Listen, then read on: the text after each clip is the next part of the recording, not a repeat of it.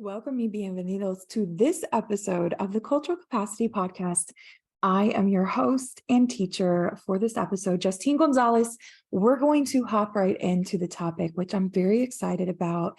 We're going to talk about perceptions. Now, what is perception? Let's start with a common definition.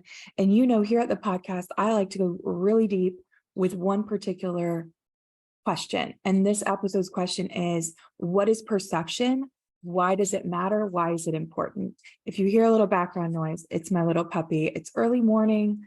Just got in from watering plants and being outdoors, and she's behind me. So welcome. Okay, so I am first let's ground us in the common definition of perception. And perception is simply nothing more than just how we see, hear, or become aware of something through our senses. And if you look into a dictionary or the common, like a thesaurus, to see the common words, the words that you see are things like discernment or recognition, realization, cognizance, etc. So when I hear that definition of perception, that ability to see, hear, or become aware of something through the senses, let's think about our senses, our sense of smell, our sense of sight, our sense of sound and hearing, our auditory senses, our sense of feeling, our sense of, I think I said taste and touch, right? Feeling. I might be missing some, but you get the idea that, as humans, I think one of our most challenging things is to actually integrate all of our experiences and how that informs our decision making, and actually making time for going inside, introspection, to actually analyze a multitude of what we've taken in a particular situation. So I say all that to say, we often zone in on one key thing about a friendship or a partnership or a job situation, etc. One incident or one conversation or one comment that somebody makes, and I am guilty of doing the same thing. I think it's part of human nature, but we might have a particular reaction or something hits us a certain way about someone, and we tend to fixate on that. And we forget that our perception is actually made up of a collection of different experiences in that particular setting, situation, partnership, etc. So one of the things I wanted to do today on this episode is to share one of our tools that we use with a lot of our client portfolio here at Educator. Ooh, okay, good morning. Good morning from my dog. Hang on. But one of the things, she sees birds outside, so she gets excited.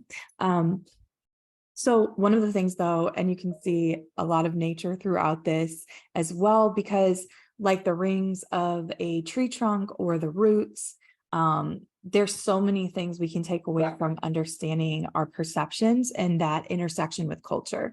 So the tool that I'm displaying right now, so if you're just listening to this, you might want to hop over to YouTube to watch the video if you want to see this. If not, you want to also be sure to check out all of the resources linked below for anything that might be aligned as resources to help you through this episode.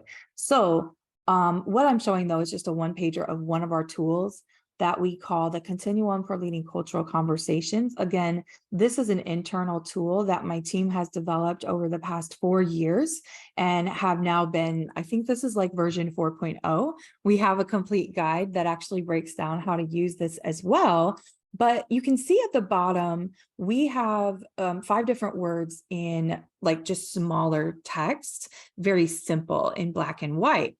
Often when I'm working with clients, whether they're individuals or organizations, they are fixated on those things at the bottom, and they're saying, how can I move forward? What's the advancement? Or how can I change my actions? Or how can I change attitudes, etc. And we often fixate on those outcomes versus understanding that what I see right here and the U circle that I'm pointing to, the yellow, there's this whole other story behind you that a lot of people don't know about, right? Your own perceptions, we're not inside each other's heads. We live in a world with 8 billion perspectives, right? So 8 billion people, And we're all experiencing things very differently through the filter, so to speak, that is our own perceptions. And that is informed by our senses, how we experience the world, how we experience life, relationships, love, conflict, stress, emotions, etc. And it can be really hard to try to make informed decisions that aren't just made off of only emotion or only logic or only action. And one of the reasons we developed this tool was that we started to recognize a lot of the work of the great Carl Rogers, a psychiatrist, who said, the curious paradox is this: when I accept who I am, then I can change. One of the things I realized about myself, specifically experiencing a lot of trauma, significant traumas throughout my 20s, was I did not create time and space to actually sit, become introspective, and really unpack a lot of things I had been through. And this is also a lot of the reason that this tool was birthed from our team, because we want to be able to take each of these are just starting place ideas of actually identifying what you're experiencing and what's informing your perception with a particular conversation or situation. For example, if I talk with somebody for 2 hours on the phone and I only fixate on one thing that they said, in that call, and it happened to rub me the wrong way, but then outside of that 5 minutes, the whole rest of the 115 minutes of conversation was great and positive, then I need to understand, well, what is it about that comment or that 5 minutes of conversation that made me feel XYZ? And what actually was I feeling? How do I identify what was coming up for me? And that's what this tool helps do. So I just wanted to show that real quick. There's a lot of great tools out there that you can find when it comes to trying to work through your emotions and identify them. The other thing I want to do, because we are all about sharing knowledge and resources here, is to also share from one of my favorite researchers, authors, trailblazers from the 1930s. Her name was Ruth Benedict, and she's written numerous books, but one of my all-time favorites is Patterns of Culture. And I love studying not only patterns of human culture, but also civilization over time, and how that directly impacts even collective perceptions. So I want to read really quickly from this text, page 51, and just a couple of quick sentences here. And she denoted Gestalt, okay? And that word means configuration. So Gestalt psychology, you can think of as configuration psychology. But Gestalt psychologists have shown that in the simplest sense, perception, no analysis of the separate percepts, can account for the total experience. It is not enough to divide perceptions up into objective fragments. The subjective framework, the forms provided by past experience, are crucial and cannot be omitted. So what she was essentially saying, what Ruth Benedict was actually saying, and she did a lot of studies all across the globe actually during her time, which was also very unheard of, not only for a female, but also she would go and live. She would live with multiple indigenous tribes, whether it was in North America, Asia, many different continents, where she was studying, and she was studying human behavior. She was studying how people interact, how our biases, our perceptions, how we experience the world impacts our communication and our personality. But one of the things, again, what I think she was also trying to say was, we cannot decide or make informed collective decisions about how we feel, who we are, our purpose, any of these things, if we only look at the fragments of what we perceive.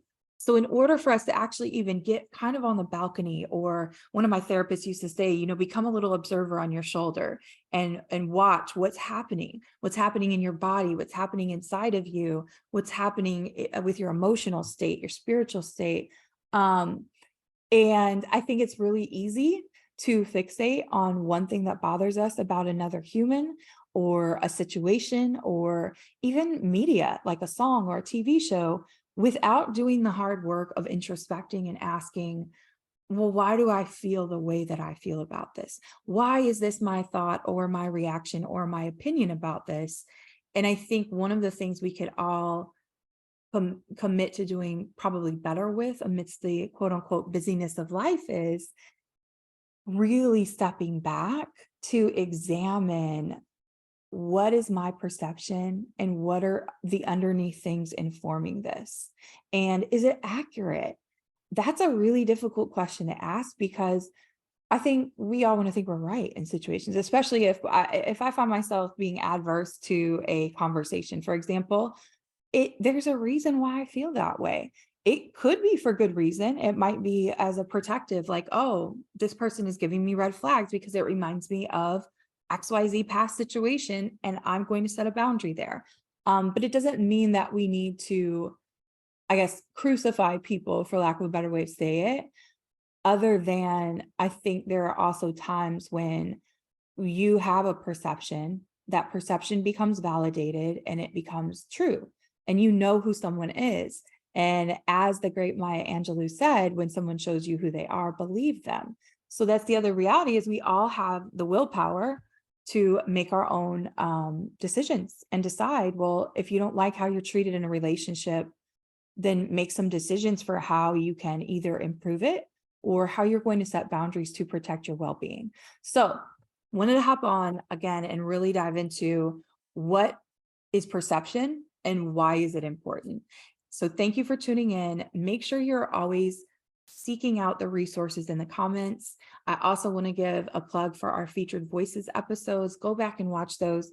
Wow, we had some incredible people. We've had Dr. Shante Barnes, Martine Kalau, Brad Klossman, the Blake Nathan, Mr. Nonprofit. Who else do we have? We have a lot of other amazing ones coming out, but those release the first of every month. And you can check them out on our YouTube page, which is also linked below. Thank you for tuning in, and let's continue to get compassionately curious together. Take care.